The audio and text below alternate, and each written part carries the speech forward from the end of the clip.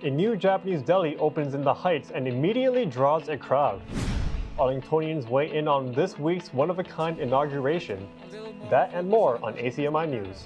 From McLennan Park to Spy Pond, from Poets Corner to the Mystic River, we have Arlington covered. We're your neighbors, a friend you can turn to. This is ACMi News. In a ceremony like no other, Joseph R. Biden has officially been sworn into office to become the 46th President of the United States.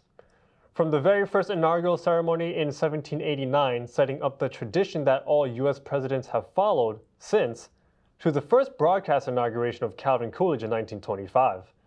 From the first televised inauguration speech in 1949 by Harry S. Truman, to Bill Clinton's initial live-streamed ceremony in 1997. Joe Biden's inauguration is certainly a ceremony that will go down in the history books as well. Hello Arlington and welcome to ACMi News. I'm Anim Osmani.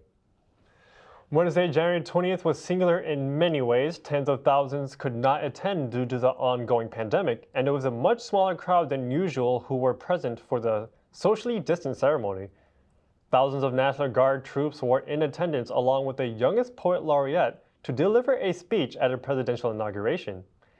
In the face of these remarkable circumstances, President Biden delivered a speech with national unity as his focus. ACMi's In-Young Kim wanted to know how Arlingtonians felt about this unique inauguration. After the riot 2 weeks ago, President Joseph R. Biden and Vice President Kamala Harris finally took their oaths Wednesday at the U.S. Capitol in a rather different inauguration ceremony this year. To overcome these challenges, to restore the soul and secure the future of America requires so much more than words. It requires the most elusive of all things in a democracy: unity. Unity. As you heard there, the theme of his speech was unity. Coming through the difficult times of the past year, Biden urges that a unified America can overcome the present challenges, as it has so often in the past. Some of the concerns Biden highlighted include climate change, healthcare, housing, and employment issues. Arlington residents watched his inauguration with high emotions and an expectation that there will be changes during his presidency. It felt warm and sincere and great, and I'm so happy that Joe Biden is in and Kamala Harris. It was fantastic. I'm just glad that everything went smoothly. With all of the unrest that's been happening in recent weeks, I was a little nervous as an American citizen. I just wanted to see a peaceful transition of power, and I was relieved when that happened. I absolutely loved his message. I think that his message of that he's a president for everyone, including the people who did not vote for him, is an important message because he's trying to unify the country and to heal, and that's what we need right now. A little more focus on renewable energy, which I think will be great for the country and the world, and also mending of the alliance with other countries would be great too. Residents also expect Biden to prioritize COVID-19. Well, I expect a return to normalcy, a little more focus on the coronavirus so that we can get it under control. I think COVID is right on that's the number one thing that needs to be taken care of, which will lead to a better economy, which will lead to the kids getting back to school in some sense of normalcy, or whatever the new normal will be. Arlingtonians are also excited to see the country's first female, first Black, first Asian American vice president. It's a dream come true for women, not just women of color, but all women. So, hooray. I think for little girls who are non-white, this is a chance for them to look at the TV and see someone that looks a little bit more like them, and they can aspire to be in that position someday. So it was really exciting for my daughter, because my daughter is 9, to see somebody who is vice president, a woman, and it just gave her hope as well. President Joe Biden will face enormous challenges with the pandemic, economic issues, and international relations as well. We wish him and his administration the very best in overcoming them. For ACMi News, I'm In-Young Kim. Thank you, In-young. Let's see what this next chapter in U.S. history has in store for us. Before the inauguration, there are, of course, the extraordinary circumstances of the election itself. Arlington State Rep. Dave Rogers experienced firsthand how the election unfolded in a key battleground state, as he recently explained to ACMi News Director James Millan. My native home state is Pennsylvania, and I knew following the election closely, as I imagine many were, that Pennsylvania was going to be truly a key this year. So I went down to Pennsylvania the final 5 days before the election and campaigned for Biden-Harris, the Biden-Harris ticket. Wearing a mask, going door to door, handing out literature, all sorts of things. And then on election day, I was what's called election protection, where I received a very lengthy training. It was like a 3-hour training session, and be at a poll location to, and then they had a central place with election lawyers where if I saw any irregularities, any problems, to report them in. And so the reason I mentioned that is I sort of was talking with other activists, Pennsylvania activists in the Democratic Party, and they passed their election law last year. And so the pandemic hadn't hit yet. I mean, I shouldn't say last year, 2019. Now that we're in a new year, 2019. Yeah, right. That we passed ours in 2020. Pennsylvania did theirs in 2019. And there was kind of I don't know if we want to get into all the details of that now, but they explained sort of the political trade-offs that were going in the Pennsylvania State House and State Senate that led to the law being written the way it was. Democrats did push for early tabulation, Democratic state legislators in Pennsylvania. And so I think it's really important, and hasn't been said often enough, that, Republicans have complained, because, there was the so-called mirage where Trump was up in Pennsylvania, but then as the as the votes were tabulated in places with heavy mail-in voting, Biden took the lead. And the Republicans were complaining, like, how could this be? Well, it's because your Republican-controlled state legislature set it up that way. Exactly. So they're complaining, and it was both the House and Senate in Pennsylvania are controlled by Republicans. Yeah, and it was a little fraught. I mean, there was predictions. I mean, we saw what happened tragically on January 6th, the rioting at the Capitol. But I have to tell you, following the news, there were concerns there might be violence around the election itself.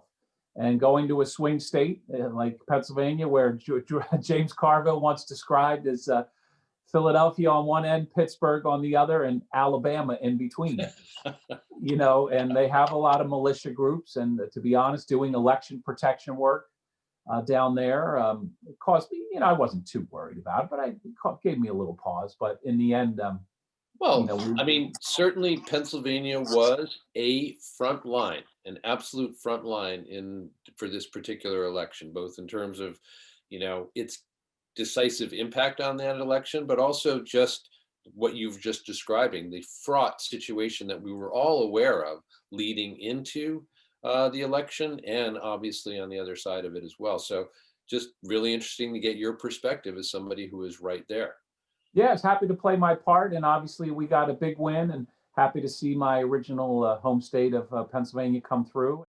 To hear more, look for the full legislative update with Dave Rogers on the ACMi website at acmi.tv. New remote learning regulations took effect this week for all public schools across the Commonwealth, adopted under emergency orders. According to a memo from Jeffrey Riley, Commissioner for the Department of Elementary and Secondary Education, there was great concern about the increased prevalence of student mental health challenges arising during the pandemic.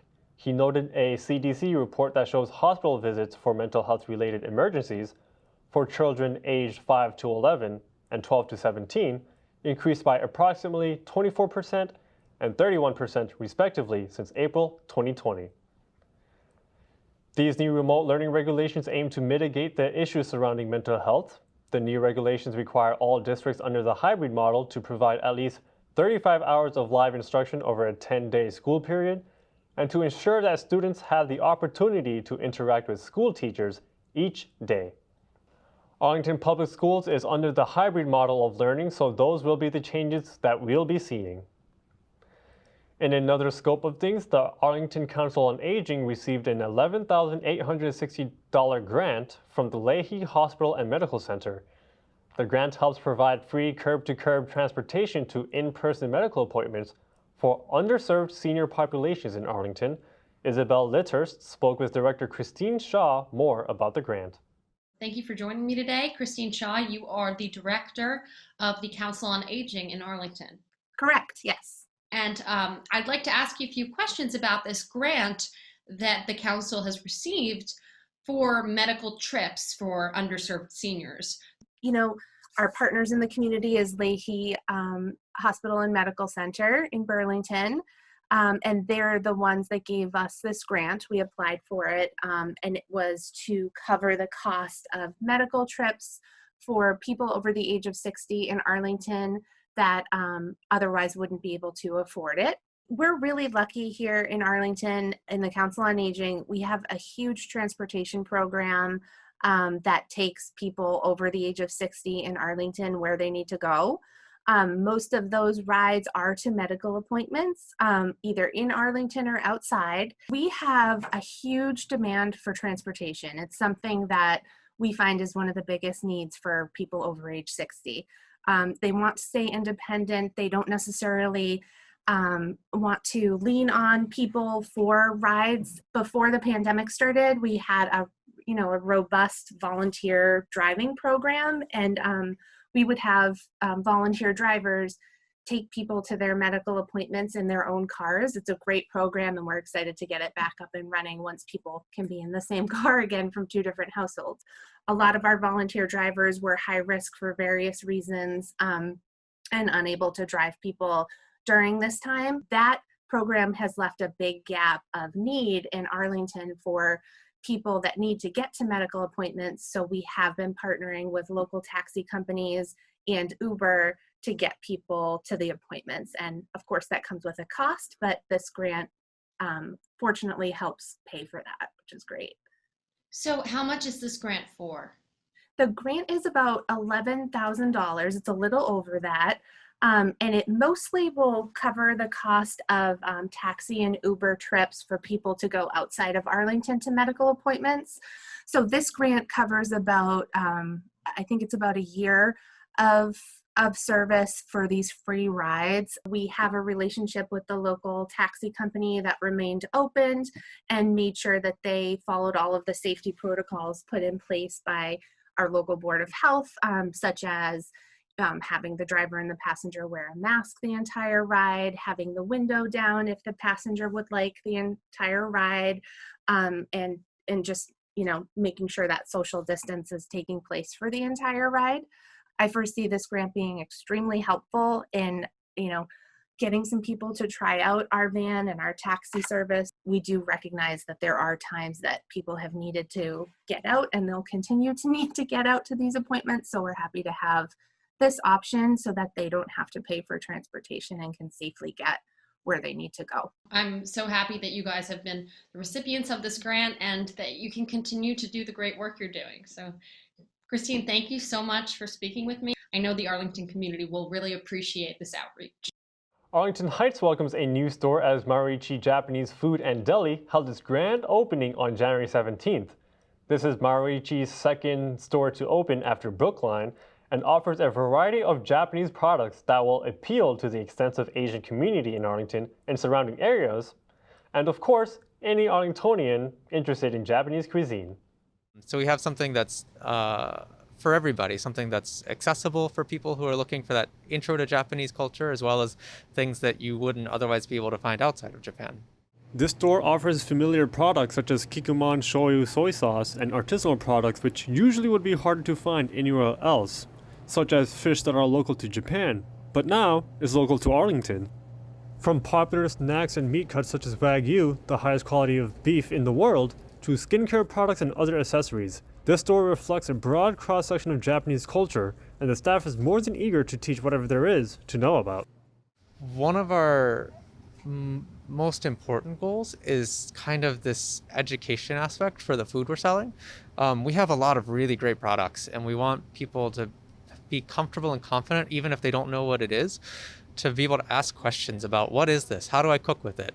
Whether you're an old hand at Japanese cuisine or somebody who's brand new and only ever like stepped their foot in at like a Japanese restaurant, we think there's something here that would be right for you. So please come in, ask us questions. We're happy to help. We're happy to help you learn new things about Japanese culture or cooking.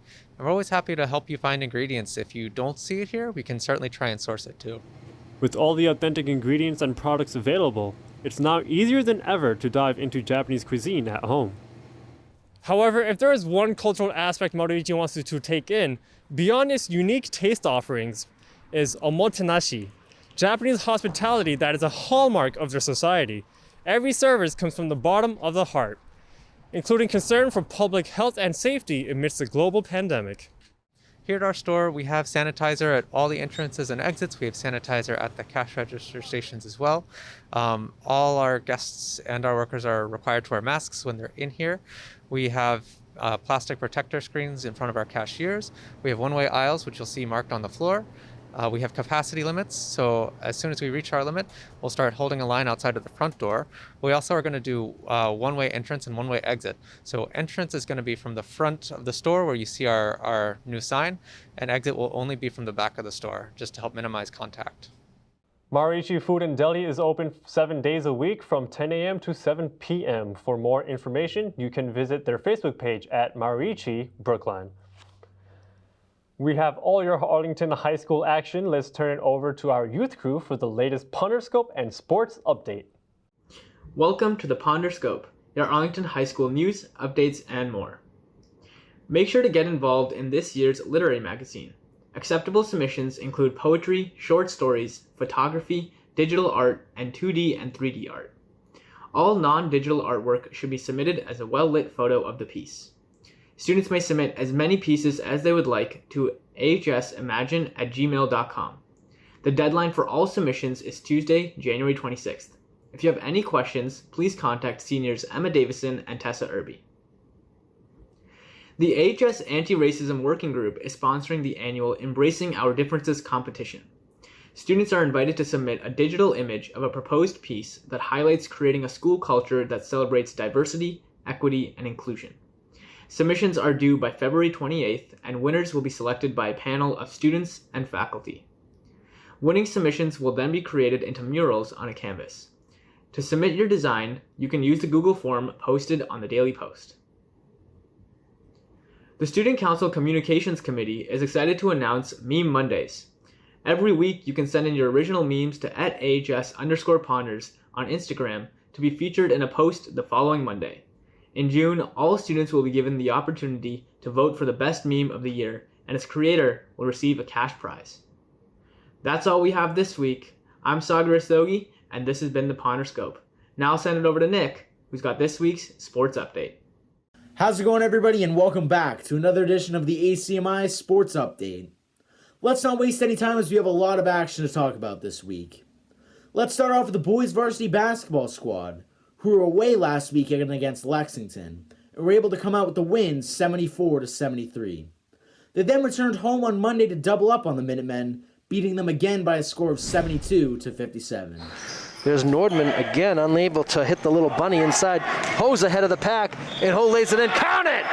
And Dennis Ho will go to the line with a chance for a three-point play. Boys hockey was at home on Wednesday to take on Winchester, and unfortunately for the boys, they lost by a score of 5-2. They go on the road to face Winchester next Wednesday at 7. The girls on the ice went to Lexington on Monday, where they were able to get another big win, beating the Minutemen by a score of 7-2. And then they went to Winchester for a very tough game against the Sachems on Wednesday, where they held off the Sachems until the end, beating them by a score of 3-2 to stay undefeated on the year. They are back home next Wednesday for a rematch with the Sachems at 4 p.m. That's all we've got for you this week. Make sure to check back next week for all of your latest updates in Arlington sports. From ACMi Sports, my name is Nick Antonakis. We'll see you back here next week. Thank you, youth crew, for that extensive high school coverage. Well, that is all for today. Thank you, viewers, for tuning in to this week's newscast. For the cast and crew of ACMi News, I'm Ani Mosmani, and we'll see you next time. You can always check out our latest segments and newscasts on the web at acmi.tv/news. And don't forget to like us on Facebook and follow us on Twitter and Instagram at ACMi News. Make sure to subscribe to our YouTube channel as well. You'll find us at youtube.com/ACMi News. If you have any news tips for us or wish to become a citizen journalist, we'd love to hear from you. Email us at news@acmi.tv or stop by ACMI Studio A at 85 Park Avenue.